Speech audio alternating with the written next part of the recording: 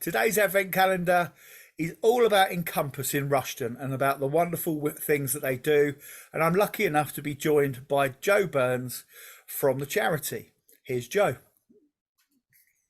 Hi, Jonathan. Thank you very much. I'm Jo, so I'm the CEO at Encompass. Yeah, so Encompass is it's a local charity. So we work across Northamptonshire. We're based in Rushden, and we support people who are experiencing homelessness, addiction, and poverty. So it's quite broad. We've got food banks across kind of East Northamptonshire. So that's Rushden, Raunds, Saxton, and Higham Ferrers. And we've got two homeless accommodations in Northampton, which are open to anyone from Northamptonshire. And we've also got a rehab and dry houses for men with drug and alcohol addictions. So yes, this fund from the co-op though is specifically to kickstart our day centre, which is based in Rushden.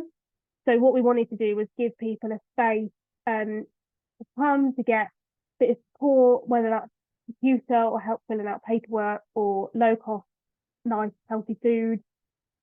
And the idea is that we'll have on a team of volunteers there who are welcoming. It's aimed at people who might be welcome elsewhere, who might be a bit scared of elsewhere, who might come to the food bank and just want to get a bit of breakfast at the same time, simplicity. It's kind of aimed at anyone who is experiencing any of the things that we do, so that homelessness, addiction and poverty, or anything else really. If you're isolated, marginalised, that's what the co-op fund is there to do, is to start that programme to kind of get us going with that, buy a bit of equipment and get us going. So hopefully we'll be opening that in the new year, fingers crossed. Fabulous. And you have quite a bit to do with the Higham Ferrers store, I believe, as well. The manager there supports you possibly with food donations and things. Yeah, Higham Ferrers are fantastic. So our Higham Ferrers Food Bank opened last year, and the store supported us prior to this fund. Actually, we get the end of life items which are redistributed, and yes, the primary support from the store has been Higham. They're very good at helping the food bank because they're literally right next door, which is really helpful. That's kind of helpful, isn't it? So who can access your services? Obviously, you've talked about sort of what the services do, but and I would guess just out of hand that people who are homeless would benefit from some of the things that you've talked about. But say, what about the new day centre that you're opening and the food banks that you've got? They're self referral. You don't need a referral from anybody else. Come initially. If you need a certain number of parcels, at some point we have to ask for a referral because we don't have food to go around forever for everyone. But it's self-referral. Anyone who is experiencing any form of poverty or financial insecurity can come along, and they get a parcel that should last them a couple of weeks, and it's scaled up if they've got children, etc. So yeah, anyone can come along. Same with the day centre. It might just be you get somebody that needs a bit of company.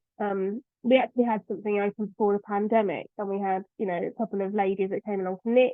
We had a couple of tradies that came in to get a bacon sandwich and just chat to people. So it's really open to anyone. Okay, that's really cool. Is there a charge to that, or is it sort of pay as you feel? Food bank, there isn't. There isn't a charge. We ask for a donation if people can, but it's not necessary. Day centre, we'll have to charge food just because we won't be able to keep it going, but it will be cost price if that. People bulk buy and that sort of thing. But in terms of the services, in terms of accessing a computer or coming along to kind of a social evening, or we hope to put on stuff like classes and stuff, be free. The aim is to keep people in and supported, not to make money. Fab. So whereabouts is the day centre, and what sort of times is it open? In Rushden, it's central Rushden. The times at the moment it's open when the food bank is open. From January, kind of we're starting kind of tea, coffee, soup. The times will scale up as we do more. So we're not opening our doors 9 to 5 every day yet, but it's kind of opening in tandem with the food bank, and then as we put more things in, we'll open it up a bit more. Okay, so is it in one of the churches in the middle of Rushden, or is it? No, sorry, it's in our main building, which is on Church Street in Rushden.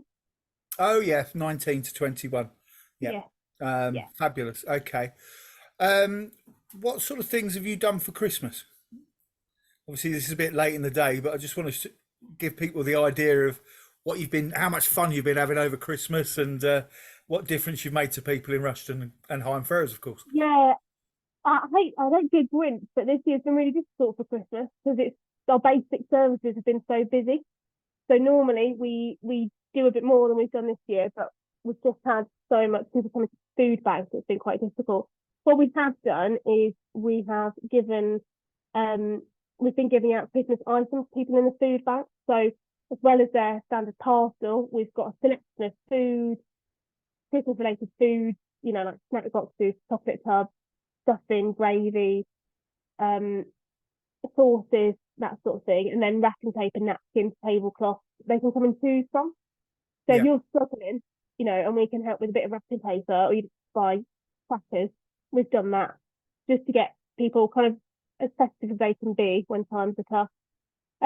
We've helped with a Christmas toy event that the local Wesleyan church do. Yeah, I So saw that. they're brilliant. So they give out toys to families who are in need. So we've been able to support with that, which has been really great. And most of it happens on Christmas Day. We normally get tons of turkeys. One of our projects in Corby has an event where they basically get loads of surplus food from stores and shops and stuff on Christmas Eve, and massive team of volunteers redistributes it to the community.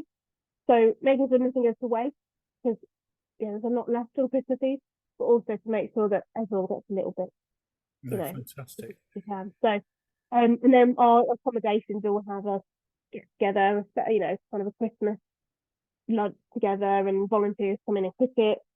So, yeah, we're building up to it still. Has it, like you were saying, that you've been much busier this year?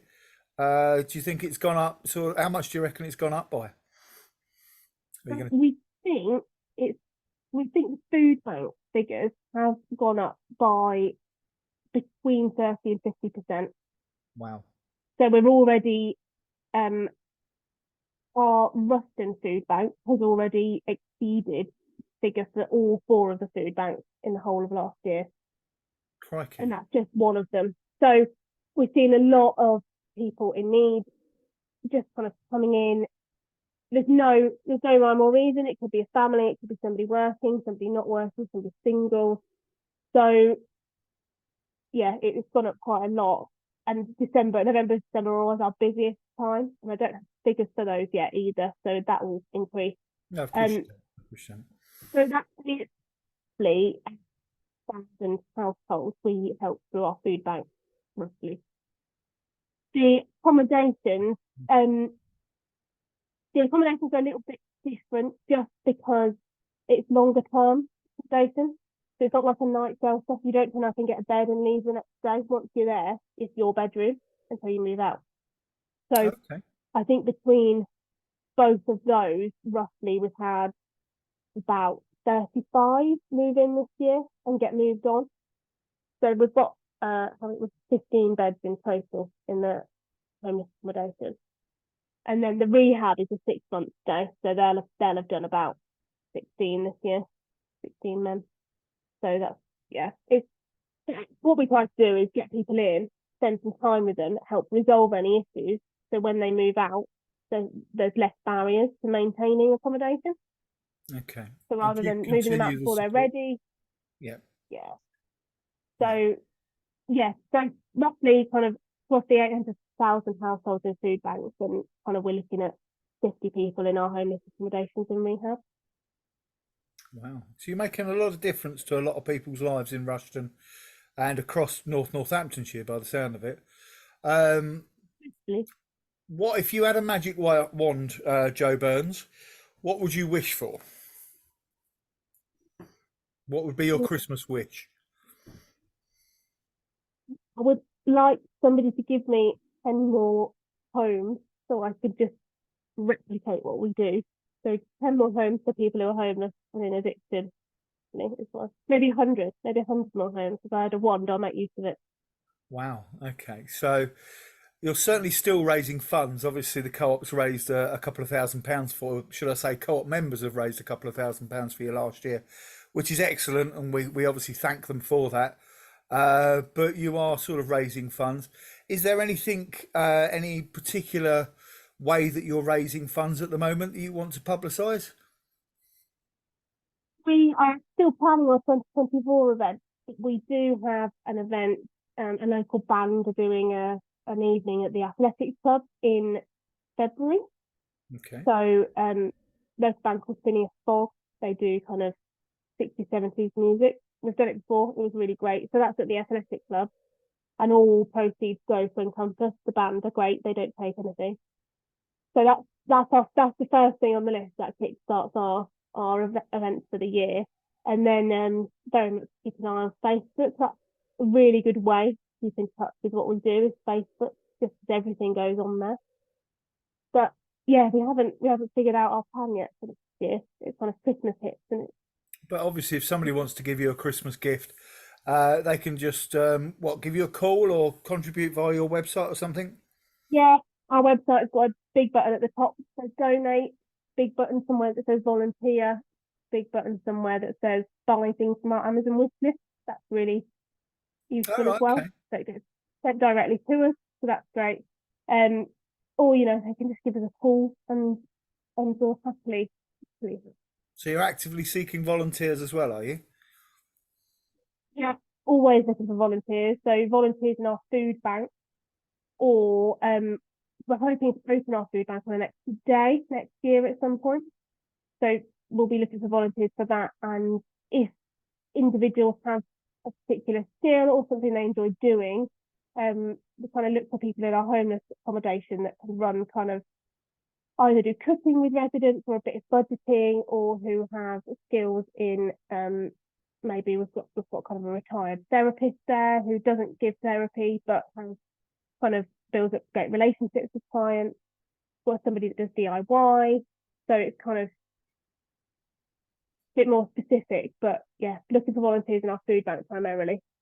No, fantastic. I know you do an absolute stack of things, and you do amazing things throughout the community. I don't know. Thing is, we are always in need of food donations. They've gone down significantly in the last year. Everyone is struggling. Joe, where would you donate the food to? We set collection points throughout the areas. So every area we run a food bank in has got collection points. So the Rushden one, for example, there's a couple in doctor's surgery. There's one in Simpson Weekly Estate Agents in the High Street. Co-op, I believe, in Higham has a collection point. They work in men's clubs. You can just stuff off there. And then, but yeah, everyone's been struggling. So kind of if people can donate, even if it's just one tin, that goes a long way. And kind of we are funded primarily through support from grant agencies, people like the co-op, but also people giving a fiver a month. I know everyone's struggling, but it's the cost of a coster nowadays. Yeah, it is. So yeah, so if people can give up that fee and donate a fiver a month, it only takes 50 people to do that, and that's already an incredible amount of money for us. But having said that, the local community are incredibly generous. And that, we've raised so much more through the co-op than we thought we would. And the members have just obviously chosen us, which is fantastic. So we raised a lot more than we thought we would. So there's a thank you as well there, I think, just for people who do take the time to either donate or share on Facebook or say hello to somebody on the street, give them our number. So yeah, just getting the word out about who we are is one of the most difficult things. I think people don't realise sometimes there's a homeless support agency on the door, for example. Yeah. So yeah, so thank you as well is the other thing, for the people that support us, and for No, you. fabulous. Fabulous. Our website is encompasscharity.org.uk. On Okay. Facebook, each of our projects has got a specific page. If you just type in Encompass, it'll come up with homeless services, Encompass, food banks, Encompass. So you can find the relevant one. And If anybody does wish to phone us, it's 01933 733 001. But we are closed between Christmas and New Year, the office. So thank you, Joe, for telling us all about Encompass and what you do and what you need, because obviously there's a lot of need, unfortunately, at the moment. And of course, have a very, very Merry Christmas. Merry Christmas. Thank you. Thank you.